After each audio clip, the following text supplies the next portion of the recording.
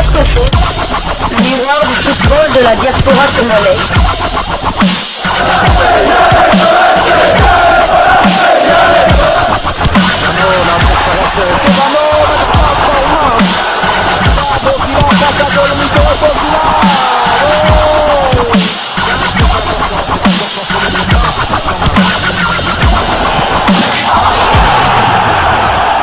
Diasco Foot, le miroir du football de la diaspora congolaise. Vous êtes sur Diasco Foot, le miroir du football de la diaspora congolaise. Diasco Foot vous dit bonjour, tout le plaisir est pour nous de vous retrouver, mais surtout de savoir que vous êtes nombreux en train de suivre votre chaîne YouTube dédiée uniquement aux footballeurs de la diaspora congolaise. En Angleterre se poursuivait le championnat de première ligue et l'international congolais Edo Kayembe, son club de Watford, officiellement relégué en deuxième division anglaise dit Championship. Alors que Niskens Kebano monte en première ligue, Edo Kayembe lui descend pour remplacer Niskens Kebano en deuxième division. En effet, après leur défaite d'hier après-midi devant Crystal Palace 1-0, Edo Kayembe et Watford évolueront la saison prochaine en Championship. L'international congolais a refoulé la pelouse en étant titulaire et a joué l'intégralité de cette rencontre. Le milieu défensif congolais a disputé son 10e match cette saison en première ligue. Watford occupe la 19e place au classement avec 22 petits points à 3 journées de la fin du championnat. Les carottes sont donc quittes pour cette équipe qui avait dû changer d'entraîneur, qui s'est séparé d'avec Claudio Ranieri, lui qui avait justement recruté Edo Kayembe du côté de Le Pen en Belgique. Et ce nouvel entraîneur qui est arrivé n'a plus vraiment donné confiance à Edo Kayembe, mais lui a quand même permis d'engranger quelques minutes en termes de temps de jeu, lui offrant cette titularisation lors de Crystal Palace. Un match difficile qui ne leur a pas permis de déployer totalement leur jeu, et Crystal Palace était bien évidemment supérieur, comme d'ailleurs la plupart des équipes qui ont affronté Watford de cette saison. Nous restons en Angleterre. Si Edo Kayembe descend en deuxième division anglaise, ce n'est pas le cas pour l'international congolais où Yohan Wissa qui a assuré leur maintien, le maintien du club de Brentford. Et Yohan Wissa qui était buteur avec son club a soigné bien évidemment ses statistiques personnelles après avoir atteint leur objectif, celui du maintien en première ligue.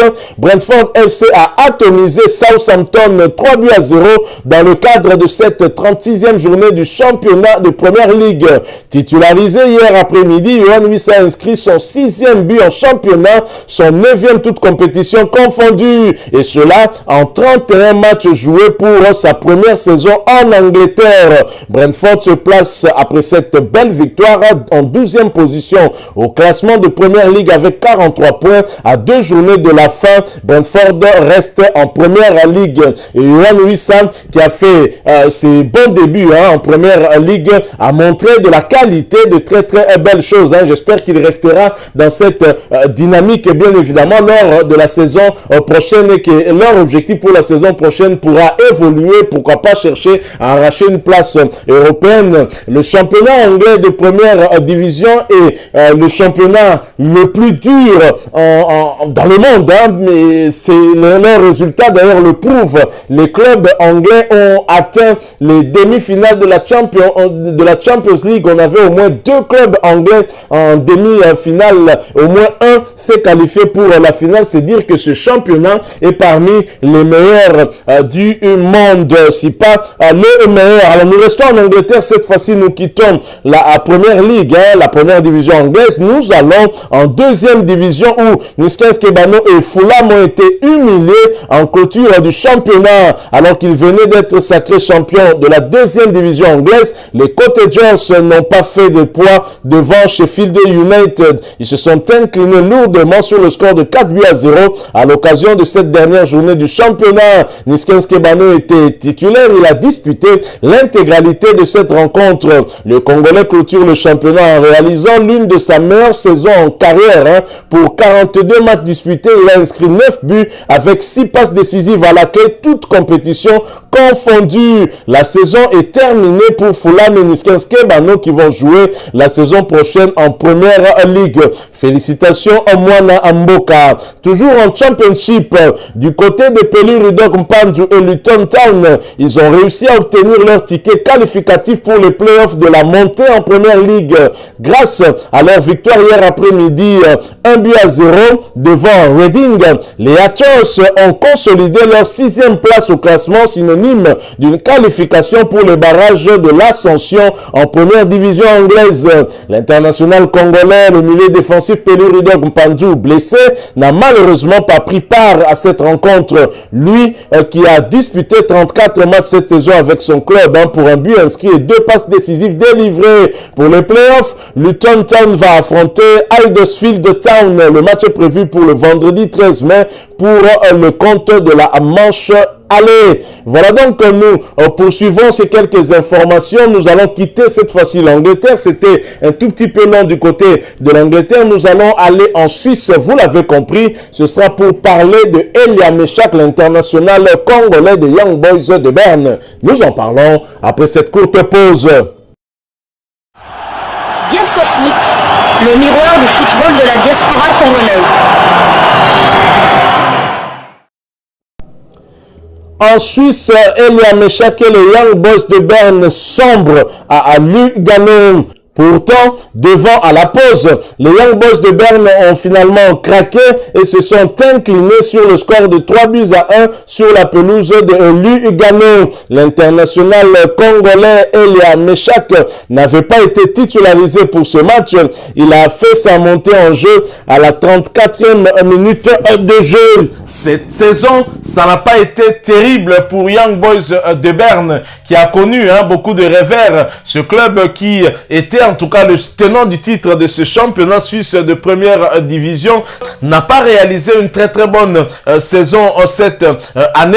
On espère que cette saison qui arrive à son terme va très rapidement être oubliée par cette équipe et que la saison prochaine, l'équipe pourra se remettre sur le bon pied pour l'aborder de la plus bonne des manières afin de réaliser le meilleur résultat possible. Et aussi, sur un plan personnel pour Elia Meshak, certes, il a eu à inscrire pas mal de buts cette saison. Je pense que sa saison n'est pas pire, n'est pas mauvaise, mais il y a des possibilités qu'il puisse s'améliorer. Elia Meshak, que nous verrons certainement à Kinshasa pour ce match qui va nous opposer aux Gabonais dans le cadre de la première journée des éliminatoires de la Coupe d'Afrique des Nations Côte d'Ivoire 2023. Elia Meshak qui a fait son retour en équipe nationale grâce à l'intervention du chef de l'État Félix Antoine Tshisekedi Tshilombo sera certainement de la partie pour aider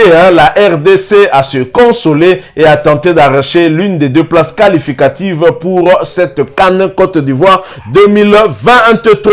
Nous terminons ces quelques informations qu'on a pu récolter pour vous par la France. La France, nous allons en Ligue 2 où Lionel Mpassinzaou et Rodez prennent une option pour le maintien grâce à leur victoire dans les dernières minutes à Bastia, 0-1. Rodez est bien parti pour rester en Ligue 2 la saison prochaine.